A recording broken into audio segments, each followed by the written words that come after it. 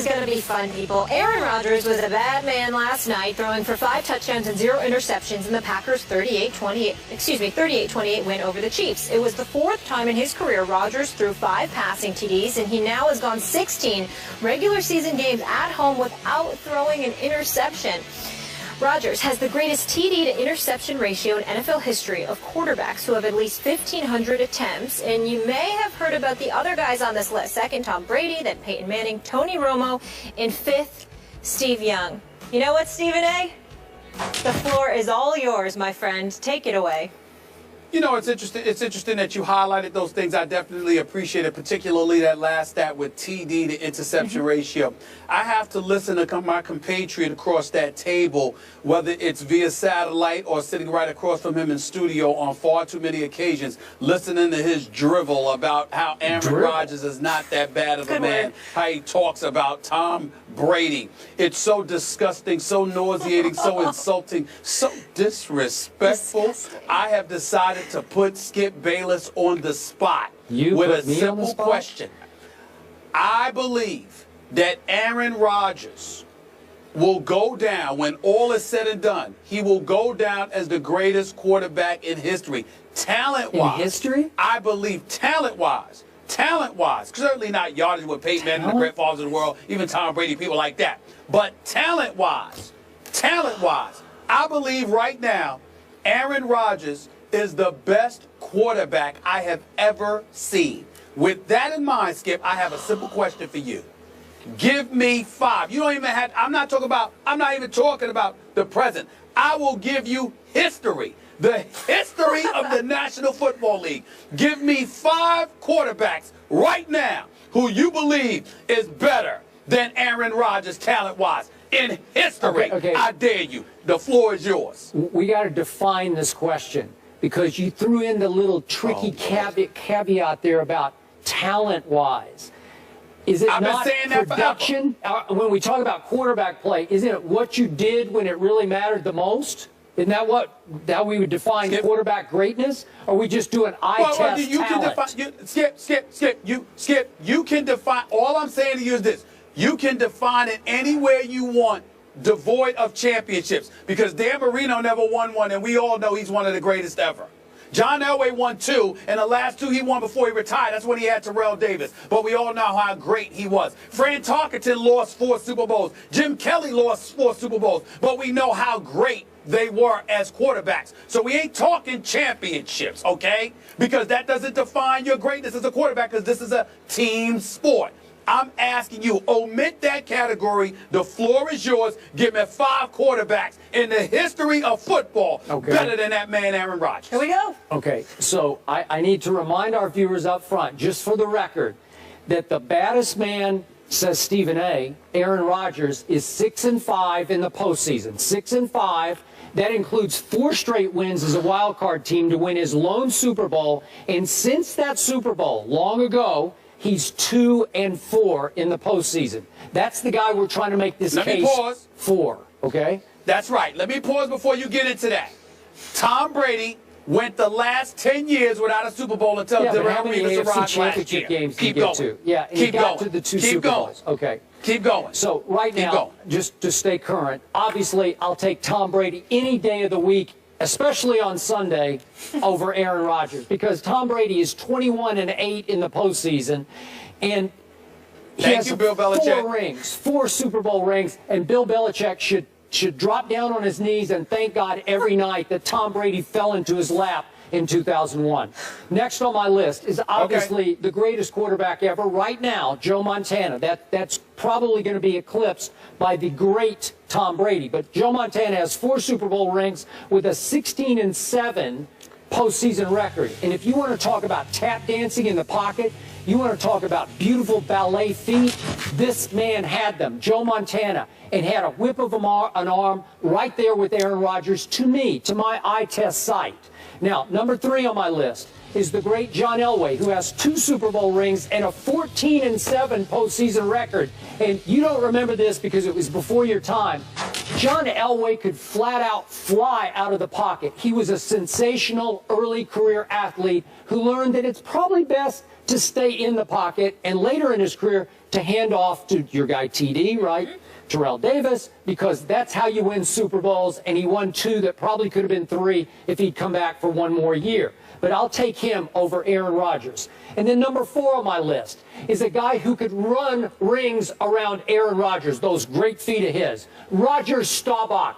As clutch a quarterback as I've ever seen. If I have one game for my life, I want Roger Staubach to start that game. They called him Roger Dodger because he could just escape and run and take off and sprint down the field. He had RG3 in him early in his career until he learned you probably can't survive that way in the NFL. Roger Staubach has 2 rings and an 11-6 playoff record. So now that's 4. And then the 5th guy on my list is this guy that you always disparage on this show named Brett Favre.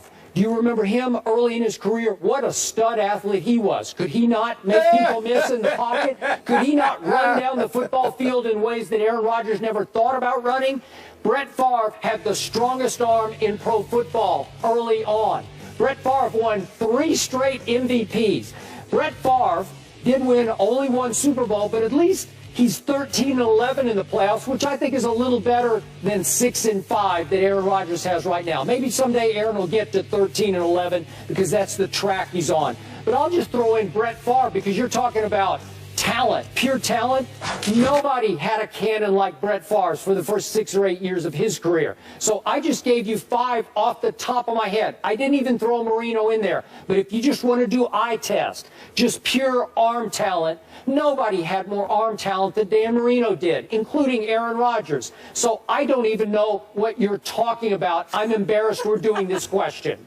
Thank you very much. Well, you should be embarrassed. You should be embarrassed, but not over the question. You should be embarrassed by your ridiculous, asinine comments that you just made, so disrespectful towards the greatness of Aaron Rodgers. Let's go down the list, Skip Bayless. Let's keep in mind that coming into this season, his career stats, Skip, his career passer rating of 106 is number 1. That's number 1. You look at his completion percentage. Yes, it is. Oh, well, I do. I'm sorry, you don't get to speak for me. Zip it. You had your moment. Zip it. I'm talking.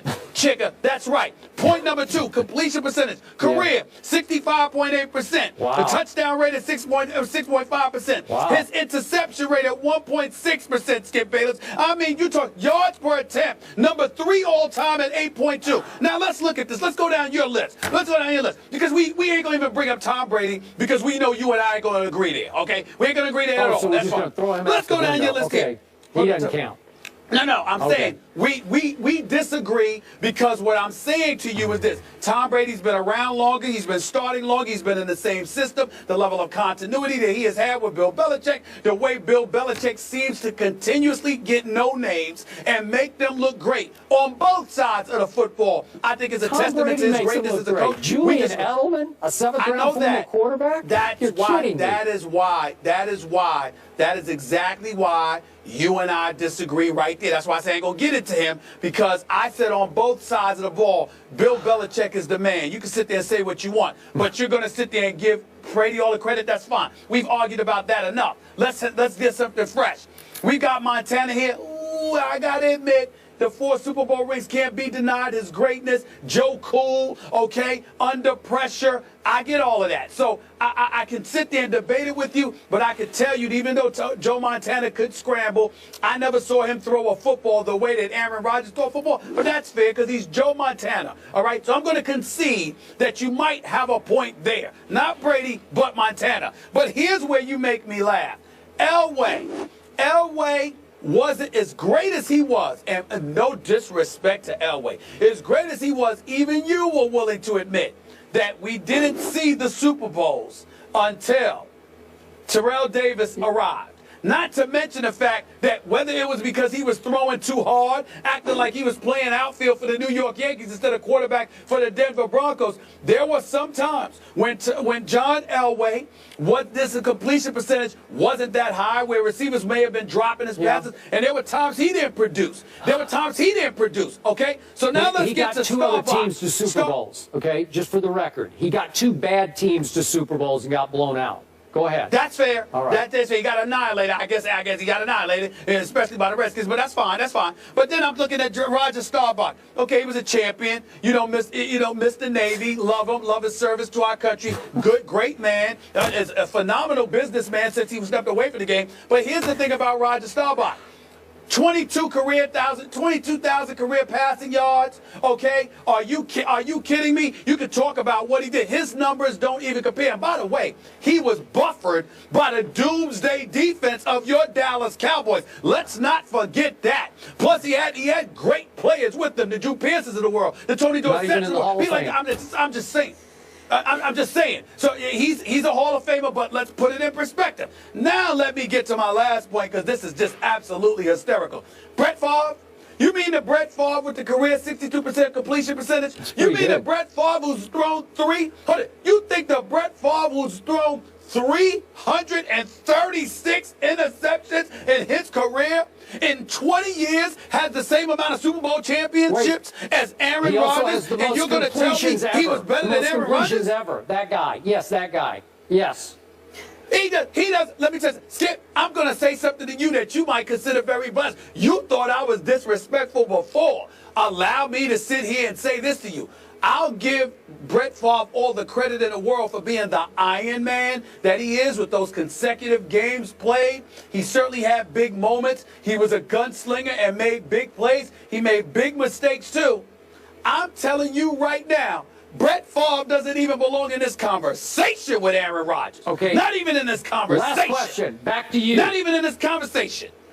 As a young quarterback, which quarterback had more talent, Aaron Rodgers or Brett Favre? Just on pure, raw, God-given talent, which one has the most talent? I don't think that's a fair question. I don't think that's a fair question, because Aaron Rodgers was sitting on the bench for 4 years. What? I'm sorry, I didn't hear you. Say it again.